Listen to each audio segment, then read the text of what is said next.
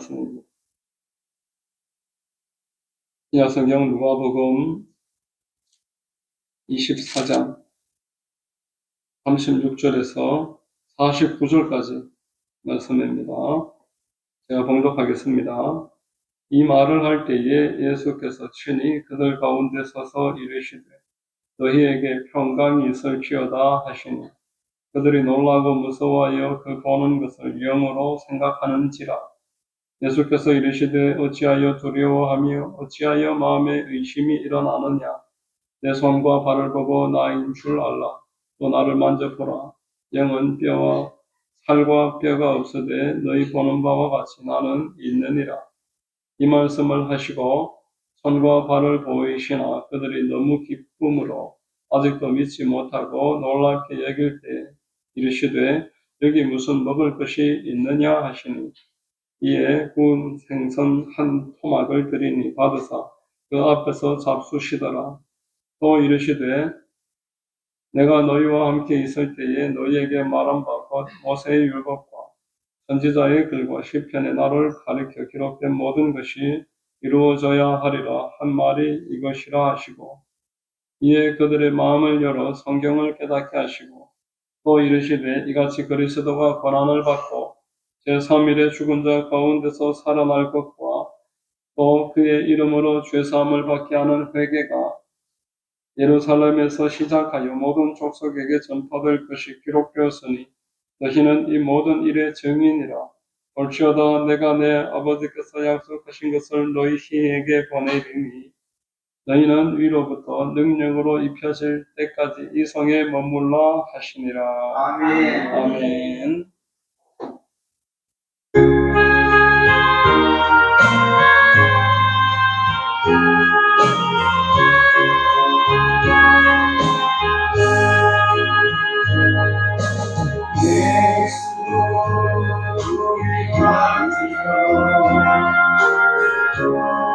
이곳에 오셔서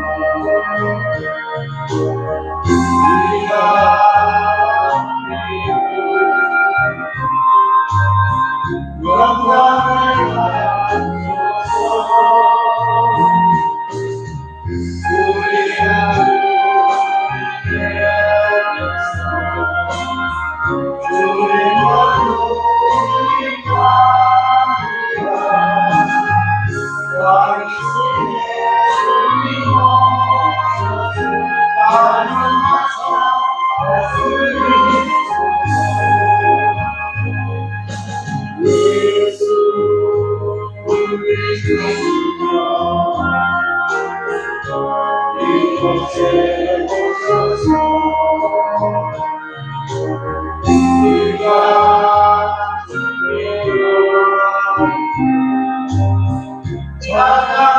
받으소서. 우리는 주님을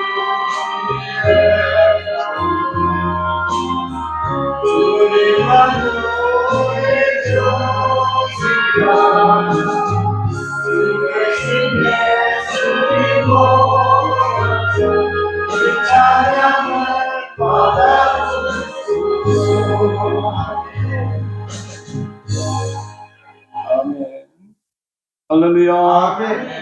수요 예배 나오신 여러분들 주님의 이름으로 환영하고 축복합니다. 아멘. 저는 봉독해드린 누가복음 24장 36절로 49절까지를 통해서 부활하신 주님의 마지막 가르침 이와 같은 제목으로 말씀 전하겠습니다.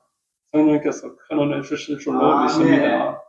자, 여러분, 우리 주님께서 부활하시고 승천하시기까지 40일간 이 땅에 오직 제자들을 만나시고 가르치셨습니다.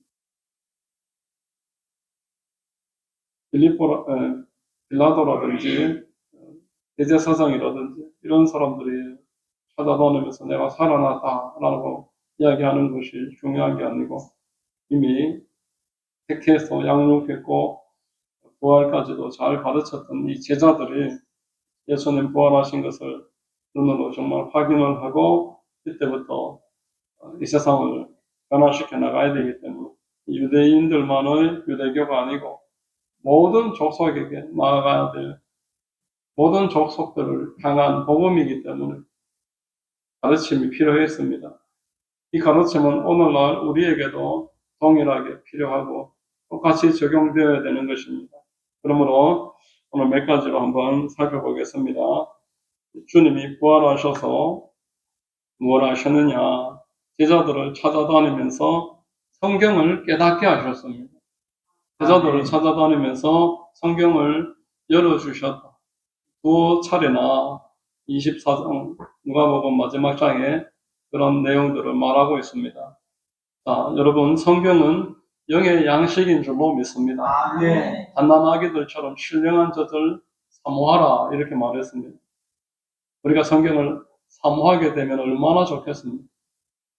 내가 성경을 정말 사슴이 물 찾듯이 동물이 양식을 찾아서 헤매이듯이 내가 성경을 사모할 수만 있으면은 그 사람이야말로 가장 복받은 사람이 아니겠습니까? 어떤 동물을 사육하고 경주마를 이렇게 잘 관리하는 그 양육하는 사람한테 그런 말입니다. 똑같은 기량을 가지고 있는 짐승이라면은 이때부터는 무엇을 먹느냐에 따라서 기량이 달라집니다. 사람이 무엇을 먹느냐가 결국 그 사람의 피가 되고 살이 되는 것처럼 동물도 똑같이 훈련받은 똑같은 성격을 가질 수 있는 그런 동물이라면은 이때부터는 먹이는 음식에 따라서 그 짐승이 기량이 그때부터 달라진다는 거예요. 예를 들어서 매일 소고기를 먹는 그런 어떤 동물이 있다고 하고 매일 그냥 밀가루 반죽을 먹는 동물이 있다고 할 때 어떻게 되겠냐 말이에요. 몇 개월 지나면 그때부터 기량이 달라진다는 거예요. 그래서 성경을 깨닫게 하는 것, 이것이 우리 주님이 부활하셔서 하신 일 중에 첫 번째 일입니다. 27절 말씀에도 이에 모세와 모든 선지자의 글로 시작하여 모든 성경에 쓴 바 자기에 관한 것을 자세히 설명하시니라 이렇게 말합니다. 예수님이 제자들에게 자세하게 성경을 가르치셨습니다. 자, 오늘날도 이 성경을 가장 잘 가르치실 수 있는 분은 누구실까요? 성경을 가장 우리에게 잘 가르쳐 주실 수 있는 분은 예수님이십니다. 아멘. 하나님의 마음을 누가 제일 잘 알겠습니까? 하나님의 마음은 하나님이 가장 잘 아신다고 고린도전서 2장 11절에서 말했습니다. 사람이 아무리 성경을 많이 연구를 하고 여러 차례 회독을 거듭거듭 수백 번을 할지라도 하나님의 말씀을 바르게 완전하게 이해할 도리가 없습니다. 오히려 더 혼란을 가져오는 여러 가지 복잡한 말들만 더 많이 넣어놓을 뿐이지 성경을 보여주시고 깨닫게 해주시는 성령으로 말미암아 우리가 그 안에서 예수님을 보게 되고 또 나를 사랑하시는 하나님을 발견하게 되는 것입니다. 예레미야서 29장 11절에 야훼의 말씀이니라. 너희를 향한 나의 생각을 내가 아나니 평안이요 재앙이 아니니라. 너희에게 미래와 희망을 주는 것인가. 너희를 향한 나의 생각을 내가 아나니 하나님이 아신다고. 사람은 오해합니다. 하나님이 내 생각 하실까? 하나님이 정말 나 사랑하시고 내가 기도하는 거 들으실까? 하나님이 내가 기도하는 대로 나중에 응답 정말 해주실까? 계속 우리는 의심합니다. 고민을 합니다. 신앙생활을 하면서도 갈등이 늘 있습니다. 왜냐하니까 우리는 육신이고 하나님은 하늘에 계십니다. 땅이 하늘에 달아올 방법이 없는 것입니다. 오직 위에서부터 내려오시고 위에서부터 감화 감동 주시고 성령이 지혜와 계시의 영을 더해 주실 때 계시록에 에베소서에 계속 반복하는 것처럼 계시의 영을 부어 주실 때 열려지는 것입니다. 아멘. 여러분 한국 전쟁 때 한국으로 피나온 내려온 북한 측에 많은 교인들이 있었습니다. 특별히 제가 성경을 이제 여러 차례 읽어야 되겠다고 다짐을 하게 한 분이 박희천이라는 목사님이신데 이분이 북한에서 전도사 생활을 하다가 신학 공부를 들마치고 한국으로 피난을 내려왔는데 이분이 성경이 참 그분의 생명을 많이 살렸다는 거예요. 성경책을 빠뜨려가지고 가지로 되돌아섰다가 돌아 나오는 그 1분여 찰나에 북한군들에게 잡힐 뻔한 일들을 여러 차례 풀려나기도 하고 생명을 구원받는 일에 성경이 많이 도움이 됐답니다. 전도사 시절에 아주 그 훌륭한 목사님 한 분이 이런 조언을 했다고 합니다. 목사가 다른 것은 몰라도 부러울 게 없다. 뭐 경제를 몰라도 뭐 괜찮고 정치에 대해서 그렇게 잘 몰라도 부러울 게 없다. 그런데 성경 모르는 것은 부끄러운 일인 줄로 우리가 그렇게 딱 결심을 하고 성경을 부단하게 읽어야 된다고 그렇게 조언을 받았습니다. 이분은 예를 들어서 모세오경 이런 성경 거의 다 외우고 또 바울서신 같은 내용들은 수천 번씩 읽은 이런 목사님 이렇게 하면서 그렇게 조언을 하는 걸 마음에 새기고 아 나도 저렇게 해야 되겠구나. 한국에 내려왔는데 성경 읽기에 집중을 해서 40여 년 담임 목회를 하면서 1년에 매달 한 번씩 성경을 읽어서 400독 이상 성경을 읽고 은퇴를 하셨는데 지금 90이 넘으셨는데도 1년에 12번씩 계속 읽어오시고 지금 700여 독 그렇게 성경을 읽으셨다고 이렇게 얼마 전에 본인이 인터뷰하는 내용을 본 적이 있고 쓴 책의 이름이 내가 사랑하는 성경 짧은 책인데 이 책에 보면은 성경을 100독, 200독, 300독 하니까 정말 겸손해질 수밖에 없더랍니다. 영적 광맥 앞에서 열심히 파도 파면 팔수록 더 이렇게 끝이 없다는 것, 크고 넓다는 것, 평생 영원히 다 팔 수 없다는 것 깨달아 간다라는 것입니다. 자, 여러분 성경이 곧 하나님인 줄로 믿으시기를 바랍니다. 아멘. 성경을 볼 때에 하나님이 얼마나 큰지 우리가 알 수가 있는 것입니다. 성경 한 번도 안 읽은 사람은 하나님을 다 아는 줄 아는 얼마나 많은 성도들이 평생토록 성경을 한 번 안 읽고 신앙생활을 하는지 모릅니다. 성경을 한 번도 안 읽고 교회를 계속 다니면서 직분을 가지고 설교를 많이 듣지만 하나님을 더 모르는 그런 불상사가 지금 한국교회에 많이 있다고 그렇게 가슴 아프고 하는 목사님들이 많이 있습니다. 많은 성도님들이 그렇게 탄식을 합니다. 하나님을 모른다라는 겁니다. 여러분 성경 앞에 머무는 시간이 하나님 앞에 머무는 시간입니다. 성경을 사랑하는 사람이 하나님을 사랑하는 사람입니다. 아멘. 성경을 전하는 사람이 하나님을 전하는 사람입니다. 아멘. 그래서 우리가 가장 전하는 것 중에서 가장 사랑에 전달해야 될 것, 내가 귀하게 여기고 귀한 사람에게 전해줘야 될 것, 성경인 줄로 믿으시기를 바랍니다. 아멘. 예수님이 부활하셔서 제자들에게 성경을 깨닫게 하시잖아요. 생명보다 더 사랑하는 제자들, 십자가에서 대신 죽어준 그들에게 부활하신 주님이 성경을 깨닫게 해주시지 않습니까? 그래서 우리가 성경 읽는 것, 성경을 깨달아가는 것, 이것보다 귀한 일이 어디 있겠습니까? 하나님께서 나에게 그처럼 성경을 깨닫게 하시기를 원하고 계시니까. 여러분, 성경을 깨닫는 방법은 주야로 성경을 묵상하는 것입니다. 아멘. 계속 읽고 또 읽고 위장을 4개를 가지고 있는 그 소가 여물을 다시 끄집어내서 되새김질 하듯이 주야로 성경을 읽고 또 읽으면 이 성경 안에서 영의 양식이 계속 나오게 되고 성경이 계속 읽혀지는 곳, 들려지는 곳에 그곳에 성령님이 역사하시는 것입니다. 아멘. 성령께서는 오직 하나님의 말씀이 선포되는 곳에 하나님을 사랑하고 하나님을 믿고 간절하게 기다리면서 기도하는 곳에 성경이 없는 곳에는 역사하시지 않은 것입니다. 성경이 있어야지 약속을 기다리고 간구하지 않겠습니까? 성경이 있는 곳에 성령께서 오늘날에도 여전히 역사하는 줄로 믿습니다. 요한복음 14장 26절에 이런 말씀했습니다. 같이 한번 읽습니다. 보혜사 곧 아버지께서 내 이름으로 보내실 성령 그가 너희에게 모든 것을 가르치시고 내가 너희에게 말한 모든 것을 생각나게 하시리라. 성령이 곧 예수의 영이라고 사도행전에 교차로 이렇게 표현을 하고 있습니다. 한 번은 예수의 영이라고 그러고 또 다른 곳에서는 성령님이라고 그러고 하나님의 영이시라고 그렇게 성령님을 소개를 하는 것입니다. 우리가 성경을 부지런하게 읽을 때 하나님이 그 영을 더 충만하게 주셔가지고 여러분들이 성경을 사랑하게 되고 성경의 약속을 정말 믿기 시작하면 믿음대로 되는 것입니다. 하나님께서 여러분 사랑해 주셔서 성경 주시고 성령 주셨음을 믿으시기를 바랍니다. 두 번째로 예수님이 당신이 부활하셨다는 것, 육신으로 부활하셨다는 것을 아주 구체적으로 증명을 하십니다. 37절에 예수님을 발견한 제자들이 깜짝 놀랍니다.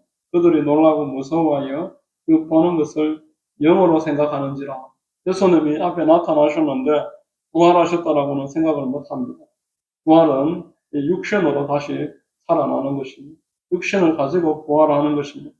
예수님이 정말 하나님이심을 증명하는 게 부활인데 영으로 생각한다. 이 영은 헬라어로 프뉴마인데 성령어를 많이 이야기합니다만은 그냥 영이라는 뜻입니다. 바람이라는 뜻입니다. 귀신의 영을 말할 때도 프뉴마를 사용하고 사람의 영도 마찬가지입니다. 이게 귀신을 보는 거예요. 뭔가 헛것을 보고 있구나 우리가.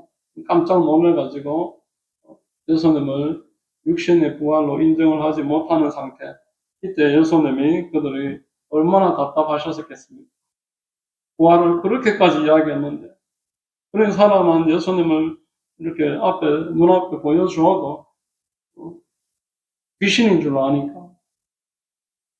베드로가 예수님이 무리를 걸어올 때 유령인 줄 알았던 것처럼 하나님을 알아보지 못하고 예수님을 알아보지 못하는 그들에게 육신으로 오셨음을 계속 가르치십니다. 8절, 38절과 39절에 예수께서 이르시되 어찌하여 두려워하며 어찌하여 마음에 의심이 일어나느냐. 내 손과 발을 보고 나인 줄 알라. 또 나를 만져보라. 영은 살과 뼈가 없으되 너희 보는 바와 같이 나는 있느니라. 이렇게 말합니다. 손의 못자국을 한번 봐봐라. 옆구리에 창자국을 보고 발에 있는 이 구멍을 한번 봐봐라. 나는 몸을 가지고 있고 여기에서 더 나가서 옆에 있는 생선을 한 토막을 달라고 그래서 그 앞에서 음식을 먹습니다. 몸으로 부활하셨다는 것을 확실하게 깨우치시는 것입니다. 41절과 43절까지 같이 한번 읽어보겠습니다. 이 말씀을 하시고 손과 발을 보이시나 그들이 너무 기쁨으로 아직도 믿지 못하고 놀랍게 여길 때에 이르시되 여기 무슨 먹을 것이 있느냐 하시니 이에 구운 생선 한 토막을 드리니 받으사 그 앞에서 잡수시더라. 이렇게 말합니다. 우리 주님이 지금 이 부활하셔서 제자들 앞에 가셔서 성경 보여주시고 그들이 믿고 이제 아직도 안 믿는 사람들이 있으니까 계속 육신의 부활을 확인을 하라. 손도 한번 넣어봐라. 만져봐라. 그리고 내가 지금 육신을 가지고 있어서 배가 고파서 음식도 먹고 있지 않느냐. 계속 깨우치는 이유가 뭐겠습니까? 부활로 육신의 부활을 재차 이렇게 확인시켜 주시는 중요한 이유가 있습니다.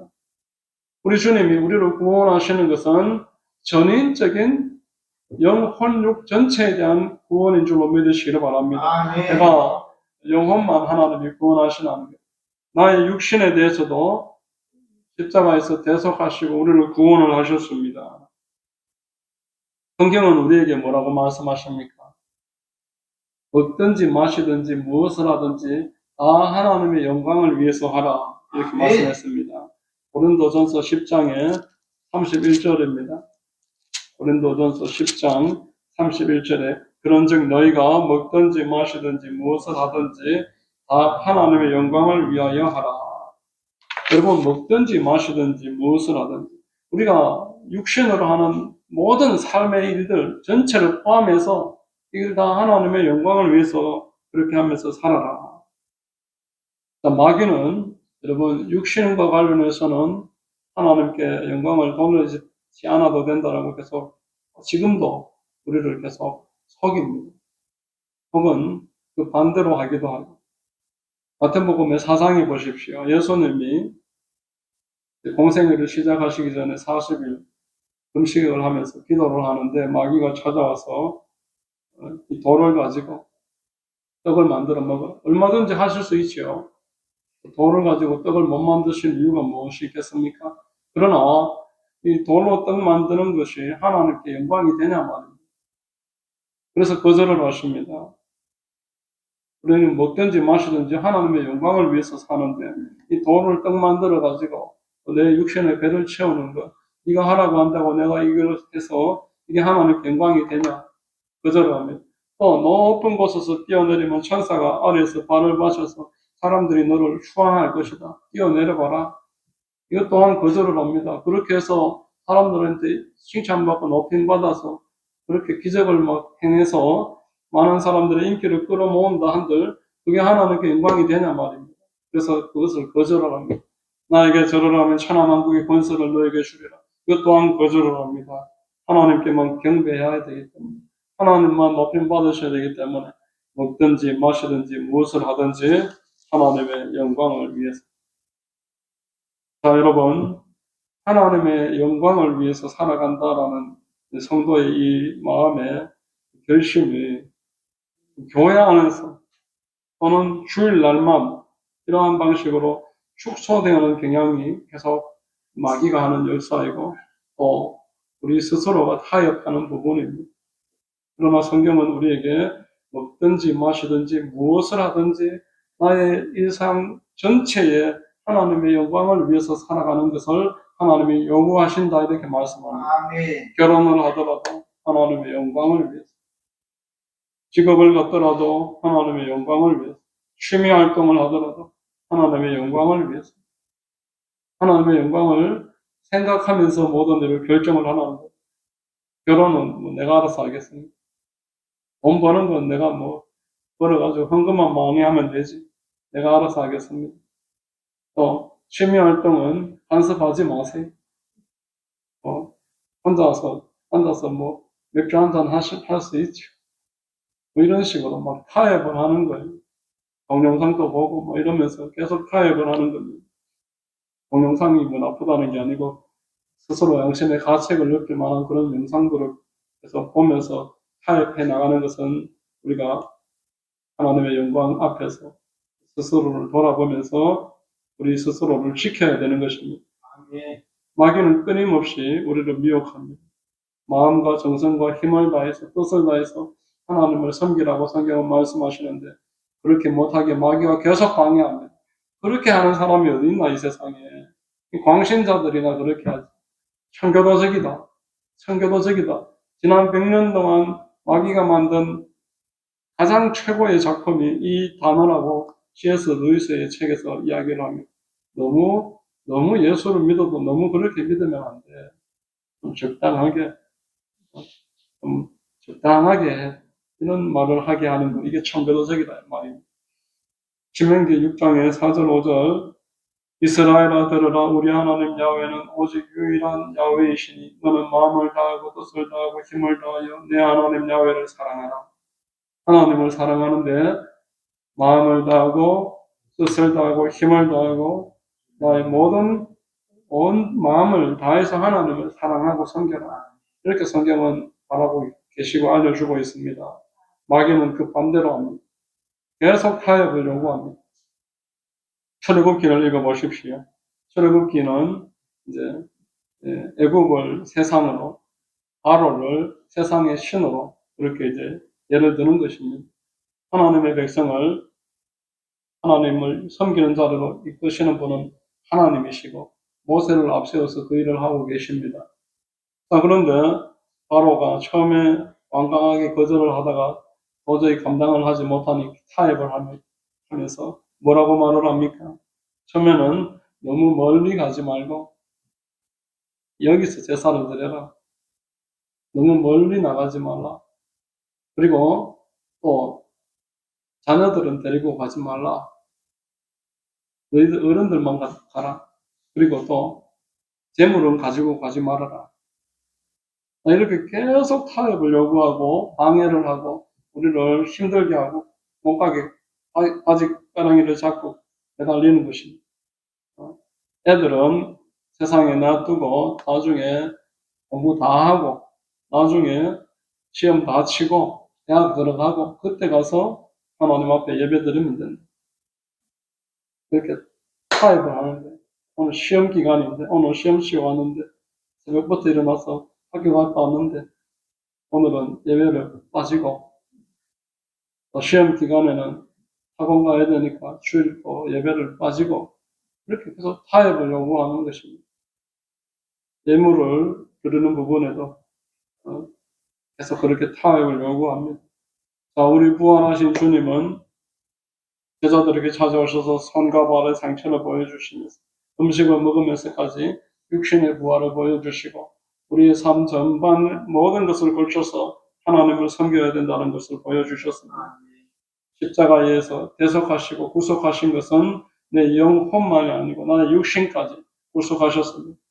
성경은 우리에게 너는 내 것이라 내가 너를 지명하여 불러나니 너는 내 것이라 값을 지불을 하시고 부르셨습니다.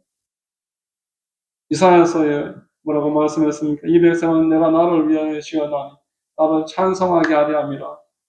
하나님이 우리를 지으시고 부르셨습니다. 데살로니가전서 5장 23절 말씀 한번 읽습니다. 평강의 하나님이 친히 너희를 온전히 거룩하게 하시고 또 너희의 온 영과 혼과 몸이 우리 주 예수 그리스도께서 강림하실 때 흠없게 보존되기를 원하노라. 영혼 몸을 우리를 대속하시고 구속하셨다. 이제는 하나님의 것이다. 이렇게 말씀합니다. 세 번째, 오늘 예수님이 부활하셔서 성경의 모든 기록은 이루어져야 된다는 것을 알려주고 계십니다. 본문의 44절입니다. 또 이르시되 내가 너희와 함께 있을 때에 너희에게 말한 바 곧 모세의 율법과 선지자의 글과 시편에 너를 가리켜 기록된 모든 것이 이루어져야 하리라 한 말이 이것이라 이렇게 말합니다. 자, 여러분 성경은 이스라엘의 역사책이 아닙니다. 성경은 우리를 사랑하시는 하나님의 러브레터이고 또 우리를 사랑하셔서 하나님이 시작하신 사랑의 구속사입니다. 우리를 구속하기 위해서 하나님께서 이루어 주신 모든 일이 성경에 기록되어 있는 것입니다. 여러분 아담이 타락한 즉시 하나님께서 가죽 옷을 입히십니다. 아담에게 그 치마를 가려주십니다. 가죽은 짐승의 희생을 말합니다. 피를 흘려서 가죽을 벗겨서 만드는 게 가죽 옷인데 이 피 흘린 예수님, 십자가에 우리를 위해 대속하시는 예수님을 그렇게 성경은 가죽 옷으로 상징을 하고 이후에 그 6월절 어린 양 또는 짐승 제사로 드릴 때 짐승의 그 피 흘리는 일들 모든 것이 예수께서 이 땅에 오셔서 대속 제물 되셔서 죽으실 것을 말씀하신 것입니다. 그래서 실제로 예수님이 오셔서 십자가에서 죽으셨습니다. 예수께서 이 땅에서 제자들과 다니시면서 내가 다시 부활하리라 얼마나 많이 말씀하셨습니까? 이 말씀하신 것들이 이루어져야 된다는 것입니다. 오셔서 죽으시고 다시 부활하신 것 이루어졌습니다. 그리고 성경은 이 복음이 땅 끝까지 뻗어나가야 한다는 것을 말씀을 하셨습니다. 이것까지도 이루어져야 끝나는 것입니다. 예수님이 십자가에서 죽으시고 부활하신 것으로 끝나버리면은 이 땅 끝까지 복음이 어떻게 전파되겠습니까? 이제 전파하는 일이 남아 있습니다. 창세기 12장 1절로 3절입니다. 야훼께서 아브라함에게 이르시되 너는 너의 고향과 친척과 아버지의 집을 떠나 내가 내게 보여줄 땅으로 가라. 내가 너로 큰 민족을 이루고 내게 복을 주어 내 이름을 창대하게 하리니 너는 복이 될지라. 너를 축복하는 자에게는 내가 복을 내리고 너를 저주하는 자에게는 내가 저주하리니 땅의 모든 족속이 너로 말미암아 복을 얻을 것이라 하신지라 이렇게 말씀하십니다. 아들도 없는 아브라함 75세에 스스로 아기 낳기를 기대하지 않는 그 부부를 부르셔서 이제 너에게 큰 민족을 이루게 할 것이다. 놀라운 말씀입니다. 그리고 너에게 복을 줄 것이다. 그 복은 온 땅을 구원하신다라는 그런 구원의 메시지를 말하는 것입니다. 너로 말미암아 모든 족속이 구원을 받을 것이다 이렇게 말합니다. 복음이 전파될 것을 말하는 것입니다. 여러분, 성경에서 말하는 복과 형통은 이 땅에서 부자가 되어서 편안하게 잘 먹고 잘 살고 호요식하면서 내 이름의 석자를 드러내는 것, 이것을 성경에서 복이라고 말하지 않습니다. 성경에서 말하는 복은 땅 끝까지 복음을 전파하는 것이 성경에서 말하는 아멘. 복인 줄로 믿으시기를 바랍니다. 복음 전하는 것. 하나님께서 주시는 형통은 복음 전하는 데 유력하게 쓰임받는 사람이 형통한 사람입니다. 내가 지금 하나님의 복음을 이 땅에 전파해서 죽어가는 자들에게 구원의 메시지를 선포하고 있고, 나를 통해서 한 영혼이 미약하지만 살아나고 있으면 나는 지금 복받은 사람입니다. 나는 하나님께 쓰임받는 복의 통로가 된 것입니다. 나로 말미암아 온 땅에 지금 복이 전파되고 있습니다. 자, 여러분, 교회는 이 세계 복음화 비전을 가진 공동체입니다. 교회는 우리를 통해서 불신자에게 복음이 전파된다라고 하신 그 말씀이 이 세상에 이루어지게 하기 위해서 세워진 그런 공동체입니다. 아멘. 모든 족속에게 복음이 전거되리라. 그걸 누가 하겠습니까? 이 일을 하라고 교회를 세우셨습니다. 예수님이 부활하셔서 제자들에게 성경에 기록된 모든 일들이 이루어져야 하리라. 그래서 이렇게 말씀하신 것입니다. 자, 여러분, 저와 여러분들에게 세계 복음화의 비전이 있어야 될 줄로 믿습니다. 아멘. 여러분, 성경은 언약의 책입니다. 아멘. 임마누엘의 언약, 대속의 언약, 부활의 언약, 아멘. 이제 남아있는 하나의 언약이 있습니다. 오직 성령이 너희에게 임하시면 너희가 권능을 받고 예루살렘과 온 유대와 사마리아와 땅 끝까지 이르러 내 증인이 되리라. 아멘. 놀라운 언약입니다. 땅 끝까지 내가 있는 어디에서든지 예수 그리스도를 증거해서 복받게 하는 이 놀라운 언약, 이 놀라운 비전, 세계복음화의 비전이 교회에게 주어진 비전이고, 이 비전 붙잡고 살아가는 사람이 하나님의 축복받은 사람입니다. 자, 마지막으로 누가 그 일을 할까요? 이 세계복음화의 비전이 이제 하나님께서 원하시는 비전이라는 걸 우리가 알았습니다. 아브라함에게 모든 족속에 복음이 증거되리라 그렇게 말씀하셨고, 예수님이 성경에 기록된 모든 것이 이루어져야 하리라 그렇게 가르치셨습니다. 제자들에게 복음을 증거하라고 했는데 누가 그 일을 해야 할까요? 47절 48절입니다. 본문에 또 그의 이름으로 죄 사함을 받게 하는 회개가 예루살렘에서 시작하여 모든 족속에게 전파될 것이 기록되었으니 너희는 이 모든 일의 증인이라. 아멘. 믿는 자를 말하는 것입니다. 예수님의 부활을 믿는 너희는 이 모든 일의 증인이라. 아브라함의 이 언약이 땅 끝까지 뻗어나가야 되는데 그 일은 믿는 너희를 통해서. 자, 여러분, 지금 47절에 뭐라고 말씀합니까? 죄사함을 받게 하는 회개. 자, 예수님이 십자가에 못 박혀 죽으셨다고 해서 모든 사람이 순식간에 죄사함을 받고 회개를 하는 게 아닙니다. 복음을 듣고 죄를 자백하고 회개하는 자에게 죄사함이 임하는 줄로 믿습니다. 마찬가지입니다. 전하는 일도 저절로 전해지는 게 아닙니다. 내가 전해야 되는 것입니다. 내가 전할 때 하나님이 나를 통해서 한 사람 한 사람을 살려내시는 것입니다. 자, 여러분, 내가 전하지 않으면 듣지 못할 사람이 이 세상에 있습니다. 이 가야음만 하더라도 복음화율이 10%도 안 됩니다. 누구를 예외로 빼고 누가 가서 전하겠습니까? 10%도 안 되고 갈수록 이 복음화율의 수치는 점점 줄어들어서 이제 50대 이하로는 5%도 안 됩니다.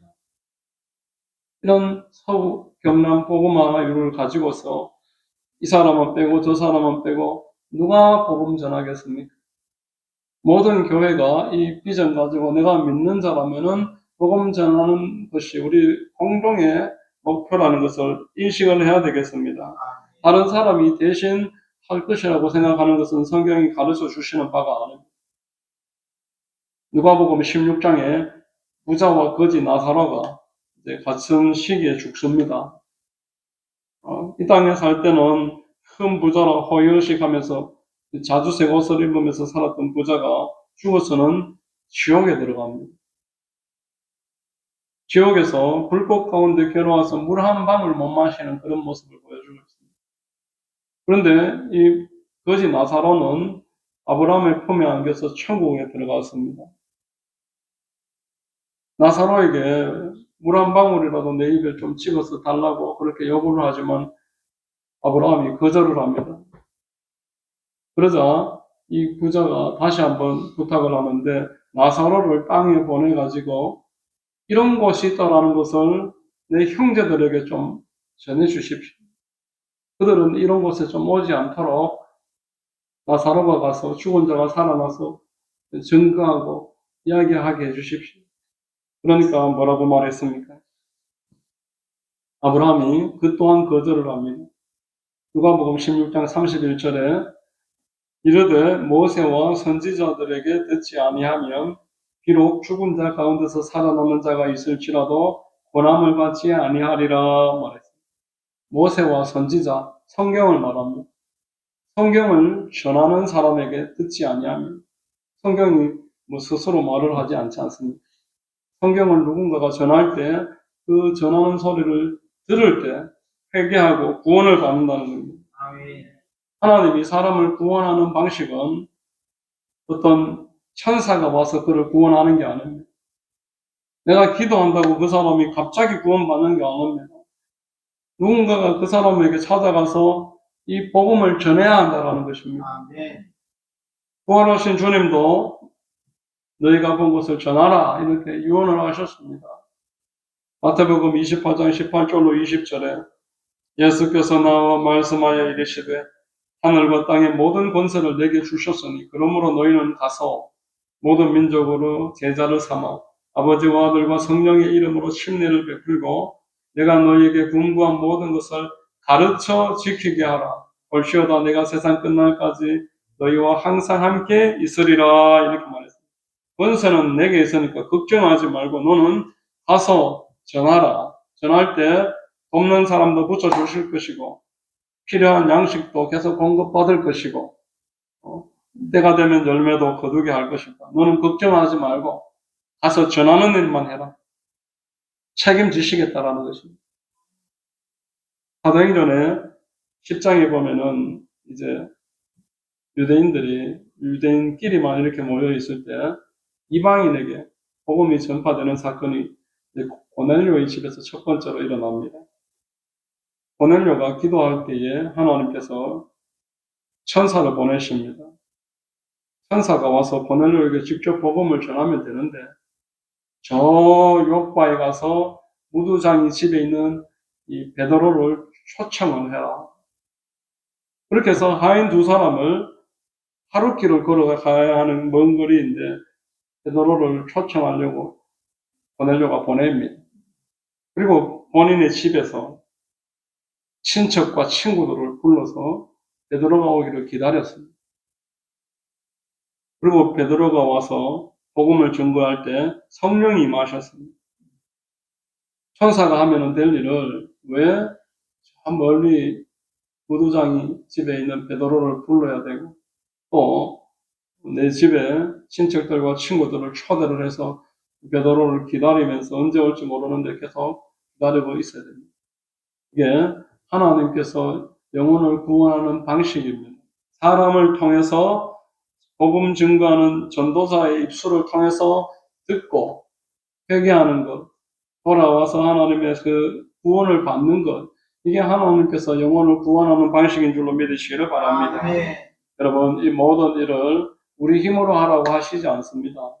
이 일을 하되 성령님을 의지하라고 말씀하십니다. 우리 마지막 49절 한번 소리내서 같이 읽겠습니다. 시작. 볼지어다 내가 내 아버지께서 약속하신 것을 너희에게 보내리니 너희는 위로부터 능력으로 입혀질 때까지 이 성에 머물라 하시니라. 이렇게 기도 생활을 말합니다. 복음을 전파하기를 원한다면 기도 생활을 해야 하고 아멘. 성령 충만을 받아야 됩니다. 아멘. 성령이 임하셔야지만 우리가 땅 끝까지 증인이 될 수가 있는 것입니다. 아멘. 부활하신 주님께서 제자들을 찾아가셔서 성경을 깨닫게 하시고 그들이 가진 사명을 확인시켜 주십니다. 그리고 성령 충만 받아라. 가서 전하라. 이 두 가지가 부활하신 주님이 가르쳐 주신 것입니다. 성경을 깨달아서 사명을 발견한 사람은 기도해서 성령 충만 받고 나가서 전하는 것. 이것이 부활하신 주님이 이 땅에 있는 제자들에게 가르치시고 지금도 요구하시는 바인 줄로 믿습니다. 아멘. 여러분 모두의 생활이 오늘 이후로는 더욱더 성령 충만 받으시길 주의 이름으로 축원합니다. 아멘. 그리하여 능력 있는 증인 되시기를 바랍니다. 아멘. 여러분들을 통해서 모든 족속이 복을 받는 것, 이게 하나님이 가지고 계시는 비전입니다. 우리가 지금 누려야 할 비전입니다.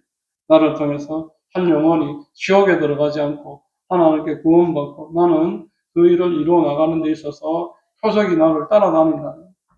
그 믿음, 그 분명한 세계복음화의 비전, 이걸 가지면은 여러분들의 삶이 놀랍게 인도함을 받고 축복의 주인공 될 줄로 믿습니다. 아멘. 오늘 하루에도 이번 한 주에도 날마다 복음 전하고 기도에 승리하시기를 주의 이름으로 축원드립니다. 아멘. 기도하겠습니다. 하나님 아버지 감사합니다. 부활하신 예수님이 제자들을 찾아오셔서 성경을 밝게 깨달아 알게 하시고 또 사명을 확인시켜 주시고 우리가 직접 가서 전해야 함과 성령님만을 의지해야 함을 깨닫게 해주시니 감사합니다. 이 비전 가지고 세계복음화를 이루어 나가고 주님께 영광 돌리고 이 땅에서 우리는 크게 형통하고 축복받게 하여 주시옵소서. 우리 성도님들 한 분 한 분에게 하나님의 놀라운 은혜가 오늘 이후로 더 많아지게 하여 주옵소서. 아멘. 예수님의 이름으로 기도드립니다. 아멘. 아멘.